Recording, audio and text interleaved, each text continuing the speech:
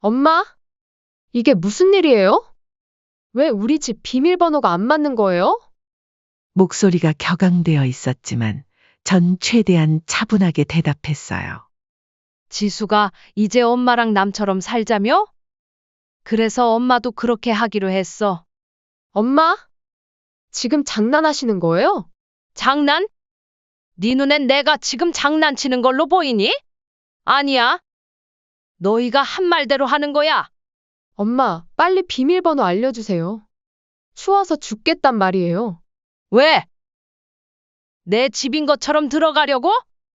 이 집은 엄마 명이야. 이제부터 엄마가 살 거야. 엄마, 이럴 순 없어요. 우리 보고 어디서 살라고요? 당장 문 열어주세요. 글쎄, 너희가 엄마 보고 남처럼 살자고 했잖아. 그러니까 이제 다른 데서 살아야지. 엄마, 그건 그냥 한 말이잖아요. 설마 그걸 진짜로 받아들이시는 거예요? 안녕하세요. 저는 올해로 65이 된 한경자입니다. 제가 이렇게 글을 쓰게 된 건 얼마 전 제가 겪었던 황당한 일을 공유하고 싶었습니다. 솔직히 이런 글을 쓰는 게 처음이라 좀 서툴지만 제 마음을 있는 그대로 전하고 싶네요. 저는 15년 전에 남편과 사별하고 혼자 딸아이를 키웠어요. 갑작스러운 남편의 부고 소식을 들었을 때 그때 21살이었던 딸 지숙이가 제 무릎을 붙잡고 엉엉 울던 모습이 아직도 눈에 서네요. 엄마, 이제 어떡해. 아빠가 없으면 난 어떡하라고. 그때 전 딸의 머리를 쓰다듬으며 이렇게 말했죠. 걱정 마. 엄마가 있잖아. 울지 마렴. 그 약속을 지키려고 정말 열심히 살았어요. 하지만 지금 와서 생각해보면 제가 딸을 너무 안일하게 키운 것 같아요. 사실 이런 문제는 남편이 살아있을 때부터 있었어요. 지수가 방 좀 치우고 다니면 어떠니? 너 나이 또래 애들은 다 자기 방 정도는 치운다더라. 아유, 엄마도 참. 내일 치울게요. 내일은 무슨 내일? 지금 좀. 그때마다 남편이 끼어들었죠. 여보, 애가 공부하느라 바쁜데 뭘 그런 걸 가지고 그래. 내가 치워줄게. 남편은 늘 그랬어요.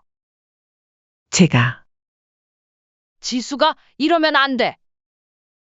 라고 야단을 치면 애가 뭘 알겠어. 내버려둬.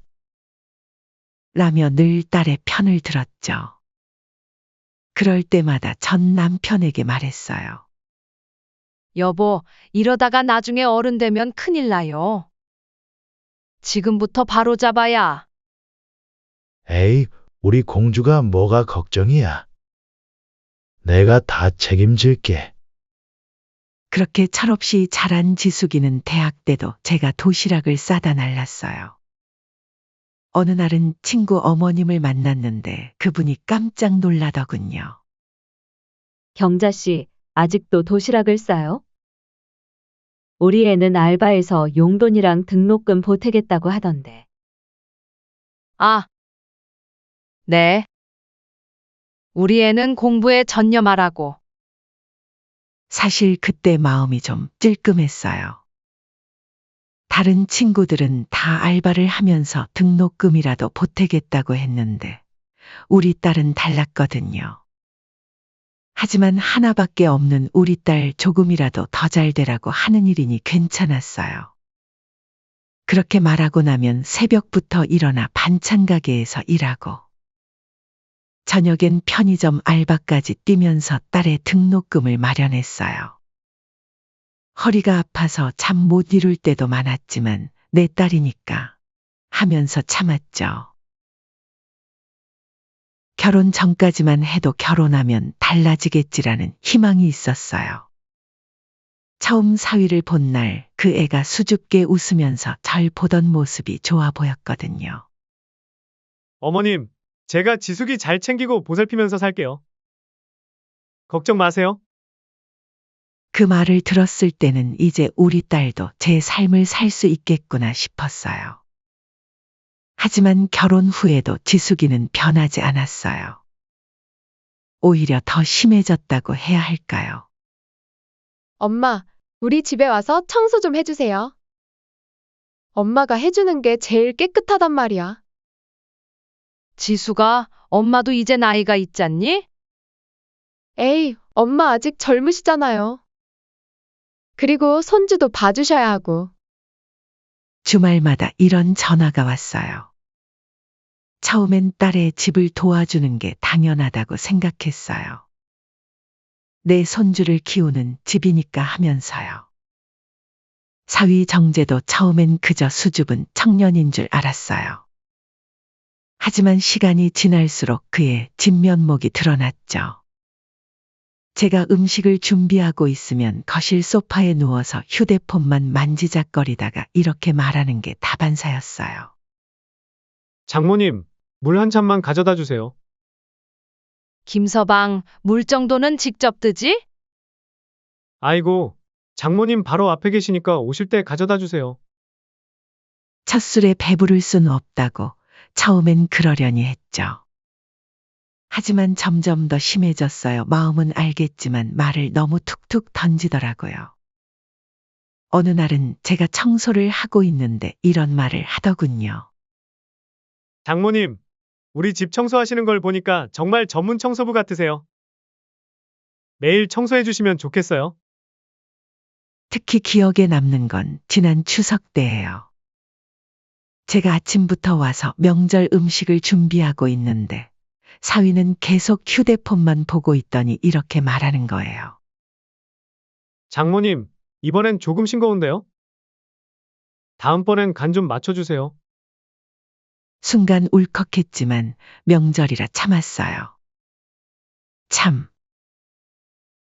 철없는 애들 둘이서 결혼을 했구나 하고 이해하려 했죠. 그런데 저녁 때 손님들이 오자 사위가 한 말이 아직도 잊혀지지 않아요. 요즘 배달 음식 퀄리티가 정말 좋더라고요. 이런 음식 만들려면 얼마나 힘들겠어요? 그냥 시켜 먹는 게 나을 것 같아요. 제가 하루 종일 준비한 음식을 배달 음식보다 못한 취급을 하는데 정말 서운하더군요. 옆에 있던 딸 지숙이는 그저 웃기만 했어요. 청소를 하고 설거지를 마치고 나올 때면 또 이렇게 말하곤 했죠. 장모님, 이번에는 조금 힘드셨나 봐요. 왜? 내가 좀 힘들어 보였니? 아니요, 화장실이 저번보다는 안 깨끗한 것 같아서요. 하하, 마치 제가 가사도움이라도 되는 것처럼 말하더군요. 딸은 그런 남편의 태도를 보고도 아무 말도 하지 않았어요. 오히려 이렇게 말했죠. 엄마, 우리 정재 오빠가 농담을 좋아해서 그래요. 너무 심각하게 받아들이지 마세요. 가끔 제 또래 친구들을 만나면 다들 비슷한 처지더라고요. 경로당에서 만난 박순자 씨는 이렇게 말했어요. 경자야, 나도 그랬어. 우리 아들네 집에 가면 내가 마치 가정부 같았지. 근데 너가 행동을 똑바로 해야 돼. 하나하나 다 봐주기 시작하면 끝도 없다. 자식도 부모하기 나름이야. 저도 그런 말에 고개를 끄덕이곤 했죠. 그렇게 마음 한구석에선 이게 정말 맞는 걸까? 하는 의문이 들기 시작했어요. 평생 딸을 위해 살았는데 정작 딸은 저를 당연하게만 여기는 것 같았거든요. 그러던 어느 날 딸에게서 다급한 전화가 왔어요. 엄마, 큰일 났어요. 왜, 무슨 일이야? 나 주부대출을 받았는데 남편 몰래 썼어요. 피부과도 가고 명품도 사고. 근데 이게 들키면 이혼당할 위기예요. 뭐라고? 얼마를? 엄마, 제발 5천만 원만 빌려주세요. 손주가 아빠 없이 크는 걸 엄마가 보고 싶으세요? 그 순간 제 머릿속이 하얘졌어요. 평생 모은 노후 자금에서 5천만 원을 빼낸다는 게 쉽지는 않았지만 딸의 울먹이는 목소리를 들으니 마음이 약해지더군요. 알았어. 이번만이야. 알지? 엄마, 감사해요. 진짜 이번만이에요. 꼭 갚을게요. 이혼만은 막아야지라는 생각에 결국 돈을 보내주었어요. 그때만 해도 전 딸의 말을 철석같이 믿었거든요. 근데 그게 시작이었어요. 이제 제 인생의 가장 큰 전환점이 다가오고 있었던 거죠. 그렇게 5천만 원을 보내고 나서 전 며칠 동안 잠을 제대로 이루지 못했어요. 그래도 내 딸 이혼만은 막았다는 생각에 위안을 삼았어요. 매일 밤 전화기만 뚫어지게 보면서 딸의 연락을 기다렸죠. 일주일쯤 지났을까요? 더 이상 기다릴 수가 없어서 딸에게 조심스럽게 전화를 걸었어요. 지수가 이제 남편하고 괜찮아진 거야? 아, 네, 엄마. 걱정 마세요. 그래. 다행이다. 근데 돈은 언제 줄 거니? 엄마, 지금 회사에서 바빠요. 나중에 얘기해요. 끊을게요. 딸은 마치 급한 일이 생긴 것처럼 전화를 끊어버렸어요. 그래도 전 바쁜가 보다 하고 넘겼죠. 그때는 제가 얼마나 순진했는지 몰라요. 보름 정도 지났을 때였어요. 딸네 집에 갔더니 현관에 명품 쇼핑백이 잔뜩 있더군요. 지수가 이게 다 뭐야? 아, 그게 세일할 때 산 거예요. 세일이라도 이렇게 많이. 엄마가 준 돈도 안 갚고. 그러자 딸이 짜증을 내더군요. 엄마? 제가 사고 싶은 거 좀 샀다고 뭐라 하시는 거예요? 엄마 돈도 갚을 거라 얘기했잖아요. 한 달이 지나고 두 달이 지나도 딸은 돈 얘기를 꺼내지 않았어요.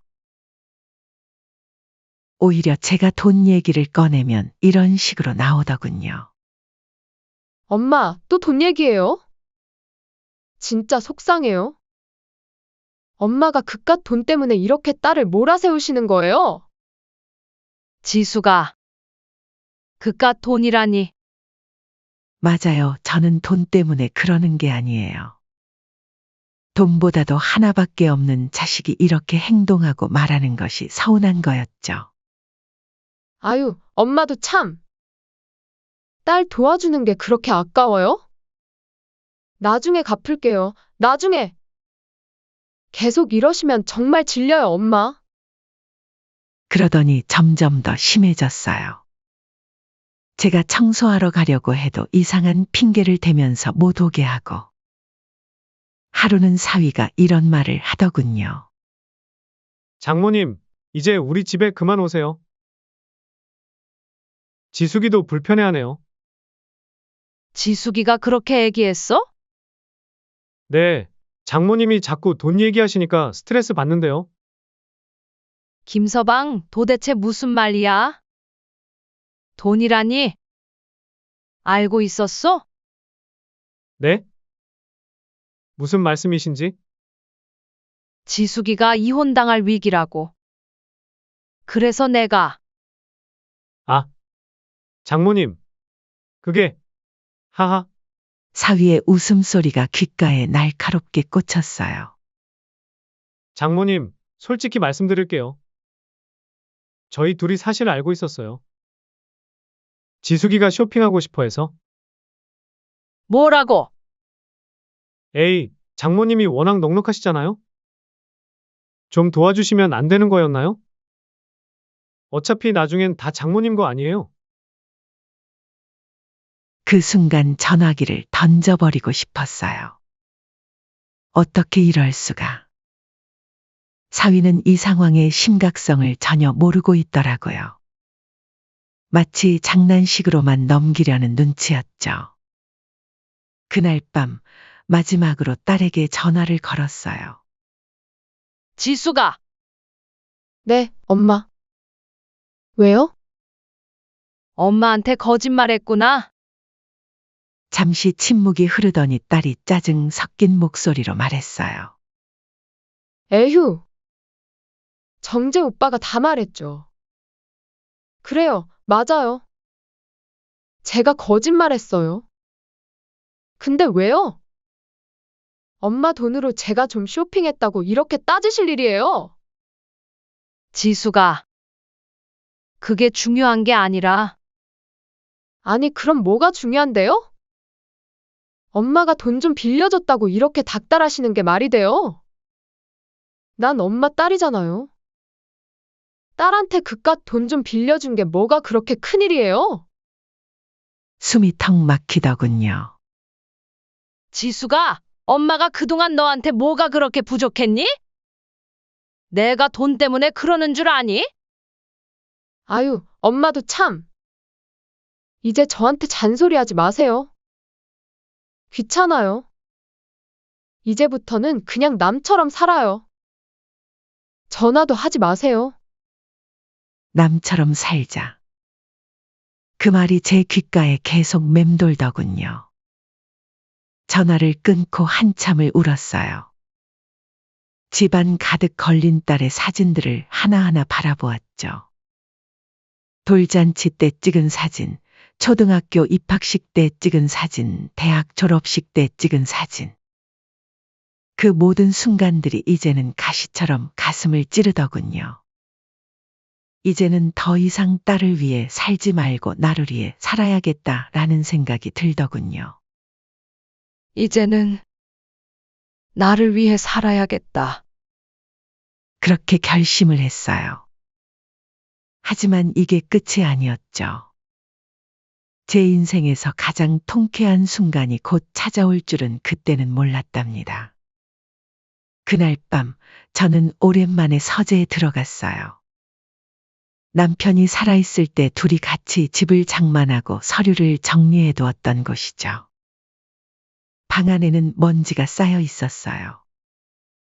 책장 깊숙이 넣어둔 서류들을 하나하나 살펴보다가 마침내 찾았어요. 딸네 집의 등기부등본이었죠. 역시 이 집은 내 명이구나. 이 집은 제 남편이 살아있을 때 지숙이 결혼 선물로 사준 거였어요. 당시 남편이 이런 말을 했었죠. 여보, 이 집은 우리 지숙이 줄 거지만 등기는 당신 앞으로 해둡시다. 애들이 아직 어리니까. 여보, 그래도 애들 집인데. 애들 앞으로 하는 게 아니야. 만에 하나 애들이 잘못될까 걱정되니까 이건 당신 명의로 해두는 게 좋겠어. 나중에 애들이 잘 살면 그때 가서 명예 바꿔주면 되잖아요. 그때는 제가 한참을 망설였는데 지금 와서 보니 남편의 성견지명이 대단했던 거죠. 다음날 제일 먼저 동네 디지털 도어락 센터에 들렀어요. 문을 열고 들어가자 젊은 직원이 의아한 눈으로 저를 바라봤어요. 무슨 일로 오셨어요? 우리 집 현관 비밀번호를 바꾸려고요. 네? 그러면 집주인 신분증이랑 등기부등본이 여기 있어요. 제가 준비해간 서류들을 보여주자 직원의 표정이 달라지더군요. 아, 실제 집주인이시구나. 그럼 바로 도와드릴게요. 어떤 걸로 바꿔드릴까요? 비밀번호는 제 생일로 바꿨죠. 애들이 엄마 생일도 잊어버렸으니까요. 그렇게 도어락을 새로 설치하고 비밀번호도 바꿨어요. 이제 마지막 단계만 남았죠. 그날은 마침 딸과 사위가 둘 다 늦게 들어온다고 했던 날이에요. 친구들과 술 약속이 있다나. 전 천천히 딸네 집으로 향했어요. 새로 바꾼 비밀번호로 문을 열고 들어가니 집안은 여전히 어지럽혀져 있더군요. 이놈 자식들 아직도 이렇게 사는구나. 집안을 둘러보니 곳곳에 제가 사준 것들, 제가 해준 것들이 가득했어요. 부엌 식탁에는 제가 아침에 해다준 반찬통들이 그대로 있었고 거실에는 제가 선물한 가전제품들이 즐비했죠. 한숨이 절로 나왔어요. 저녁이 되자 예상대로 딸과 사위가 집에 왔어요. 엄마? 이게 무슨 일이에요? 왜 우리 집 비밀번호가 안 맞는 거예요? 목소리가 격앙되어 있었지만 전 최대한 차분하게 대답했어요. 지수가 이제 엄마랑 남처럼 살자며? 그래서 엄마도 그렇게 하기로 했어. 엄마? 지금 장난하시는 거예요? 장난? 내가 지금 장난치는 걸로 보이니? 아니야. 너희가 한 말대로 하는 거야. 엄마, 빨리 비밀번호 알려주세요. 추워서 죽겠단 말이에요. 왜? 내 집인 것처럼 들어가려고? 이 집은 엄마 명이야. 이제부터 엄마가 살 거야. 잠시 침묵이 흐르더니 딸이 히스테릭하게 소리를 질렀어요. 엄마? 이럴 순 없어요. 우리 보고 어디서 살라고요? 당장 문 열어주세요. 글쎄. 너희가 엄마 보고 남처럼 살자고 했잖아. 그러니까 이제 다른 데서 살아야지. 엄마? 그건 그냥 한 말이잖아요. 설마 그걸 진짜로 받아들이시는 거예요? 그냥 한 말? 딸이 엄마한테 하는 말치고는 참 쉽게도 하는구나. 그때 사위 목소리가 들렸어요. 장모님, 이거 농담이시죠? 저희 보고 진짜 나가라는 거예요? 김서방, 그동안 나한테 한 것처럼 나도 이제 똑같이 하는 거니까 그런 줄 알고 있어요. 아니, 그래도 이건 너무하시잖아요. 저희가 어디로 가라는 거예요? 잠시 후 딸과 사위가 싸우는 소리가 들렸어요. 당신이 장모님한테 그렇게 못되게 굴지만 않았어도 내가? 당신도 엄마 돈 쓸 때는 좋았으면서. 전 참지 않고 단호하게 말했어요. 일주일 줄 테니까 짐 다 빼거라. 안 그러면 내가 경찰에 불법 점거로 신고할 거니까 그런 줄 알고. 이 집 등기부등본 다 내 명이니까 법적으로도 문제 없다. 그러자 딸이 울먹이며 애원하기 시작했어요. 엄마. 엄마가 이럴 수 있어요? 전 엄마 딸인데. 그동안 엄마가 날 얼마나 사랑한다고 하셨어요. 딸? 방금 전까지만 해도 남처럼 살자더니 이제 와서 딸이라고? 지수가 너무 늦었어. 엄마. 제발요. 제가 잘못했어요. 다시는 안 그럴게요. 지수가 이제 와서 그런 말이 무슨 소용이 있니? 그동안 엄마 마음을 몇 번이나 짓밟았는지 생각해봐. 그러자 사위가 폭발하듯 소리를 질렀어요. 장모님, 그럼 저희 보고 지금 당장 모텔 가서 자라는 거예요? 이게 말이 됩니까? 그건 너네들이 알아서 하거라. 앞으로 더 이상 나한테 바라지 말고 이제 스스로 해결해야지. 이럴 수는 없. 변호사를 선임하겠습니다. 그래. 좋아, 그동안 내가 준 돈이랑 생활비, 용돈. 다 계산해보자고. 법적으로 해결하고 싶다면 그쪽이 더 힘들 거니까 알아서들 하라고. 전 사위의 말을 자르고 마지막으로 말했어요. 아, 그리고 정재 씨. 이제 장모님이라고 부르지 마세요. 남이니까요. 지숙이가 원하는 대로 서로 남이 되는 거예요. 전화를 끊고 나니 온몸이 떨리더군요. 그동안 참았던 감정이 한꺼번에 쏟아져 나오는 것 같았어요. 하지만 이상하게도 후회는 되지 않았어요. 오히려 속이 시원했달까요. 마치 오랫동안 끌어안고 있던 무거운 짐을 내려놓은 것처럼요. 그날 밤 딸과 사위는 계속해서 전화를 걸어왔어요. 문자도 수십 통을 보냈고요. 엄마, 제발요. 우리 잘못했어요.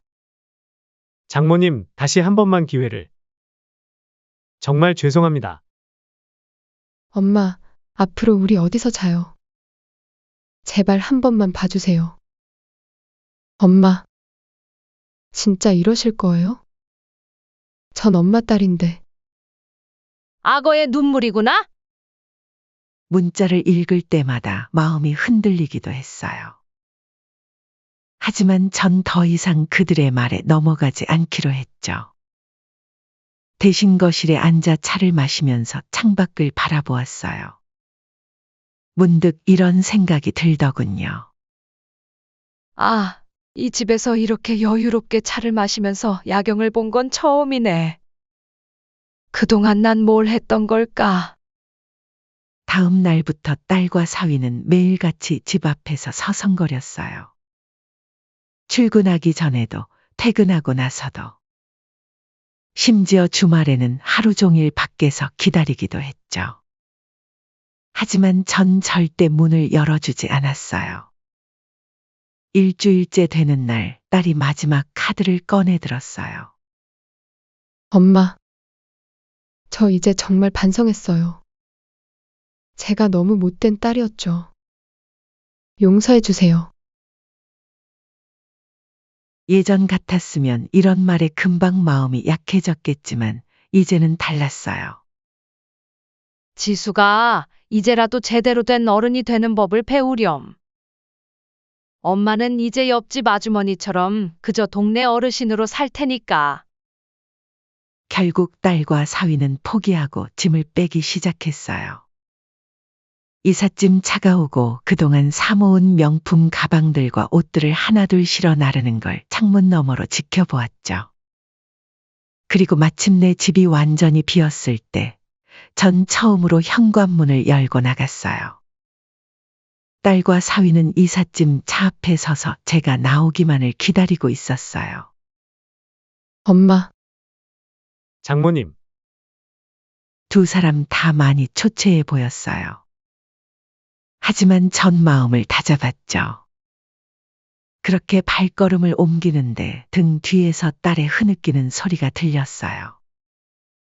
순간 발걸음이 멈칫했지만 전 뒤돌아보지 않았어요. 대신 곧장 근처 가구점으로 향했죠. 그렇게 새로 꾸민 집은 정말 제 스타일대로예요. 화이트 톤의 가구들로 깔끔하게 꾸몄고 거실 한켠에는 제가 좋아하는 책들을 꽂아둘 책장도 들였어요. 사실 전부터 책 읽는 걸 좋아했는데 딸 뒷바라지 한다고 그동안 포기하고 있었거든요. 한참 책을 읽고 있는데 딸에게서 문자가 왔어요. 엄마, 잘 지내시죠? 저희 이제 월세방에서 살아요. 정재 오빠가 투잡을 뛰기 시작했어요. 전 잠시 망설이다가 답장을 보냈어요. 그래. 열심히 사는 모습이 보기 좋구나. 그러자 딸이 바로 답장을 보냈어요. 엄마, 저 이제 정말 많이 반성하고 있어요. 그동안 엄마한테 너무 못되게 굴었죠. 응? 내가 그걸 알았다니 다행이다. 지난번에 제가 임신이라고 한 거 사실이에요. 이제 3개월 됐어요. 그래? 축하한다. 엄마, 우리 한 번만 봐주시면 안 될까요? 한참을 생각하다가 답장을 보냈어요. 지수가 이제는 내 가정을 내가 꾸려가야 할 때야. 엄마는 이제 옆에서 지켜보기만 할 거야. 애기 낳으면 그때 보자. 그리고 전화기를 내려놓았어요. 예전 같았으면 당장 달려갔겠지만 이제는 달라요. 딸도 이제는 제 힘으로 살아가는 법을 배워야 하니까요. 석 달이 지났을까요? 어느 날 사위가 찾아왔어요. 장모님 잘 지내셨어요? 예전의 뻔뻔한 모습은 온데간데 없이 수그러든 모습이더군요. 왜 왔어요? 죄송합니다. 그동안 정말 잘못했습니다. 제가 너무 철없었어요. 면목 없습니다. 지숙이가 요즘 많이 힘들어해서. 사실 입덧도 심하고. 전 사위를 가만히 바라보다가 말했어요. 김서방, 세상에 공짜는 없어요. 열심히 사는 게 좋아 보여요. 네. 요즘 투잡을 뛰면서 그걸 많이 느끼고 있어요. 그동안 장모님의 빈자리를 많이 느끼고 있어요. 사위가 돌아간 후 전 창가에 서서 깊게 한숨을 내쉬었어요. 사실 마음 한구석이 아프기도 했지만 이게 맞는 거라고 생각했어요. 며칠 전에는 동네에서 지숙이를 우연히 마주쳤어요. 배가 슬슬 불러오는 게 보이더군요. 잠깐 눈이 마주쳤는데 지숙이가 먼저 인사를 하더군요. 엄마. 여긴 어쩐 일로? 예전처럼 엄마 하고 달려오지도 않고 조심스럽게 인사를 하는 모습이 어색하면서도 한편으론 대견했어요. 그래. 입덧은 좀 괜찮아? 네. 이제 좀 나아졌어요. 그래. 몸 조심해. 짧은 대화였지만 왠지 마음이 따뜻해지더군요. 이제야 진짜 어른이 되어가는 것 같아서요. 요즘은 가끔 친구들과 여행도 다녀와요. 지난주에는 강원도로 2박 3일 여행을 다녀왔는데 정말 좋더군요. 산과 바다를 보면서 마음이 넓어지는 걸 느꼈어요. 경자야, 얼굴이 훨씬 좋아졌다? 그래? 나도 요즘 편해. 그래. 자식도 중요하지만 본인의 삶이 더 중요한 거야. 맞아요. 이제야 그 말이 진심으로 이해가 돼요. 오늘도 전 제 방식대로 하루를 시작해요. 여유롭게 아침을 맞이하고 친구들과 수다를 떨고. 이게 바로 제가 찾은 새로운 삶이에요. 누구의 엄마가 아닌 한 사람으로서의 제 삶말이에요. 이제야. 진짜 사람답게 사는 것 같아요. 창밖으로 보이는 하늘이 유난히 푸르네요. 오늘도 전 행복합니다.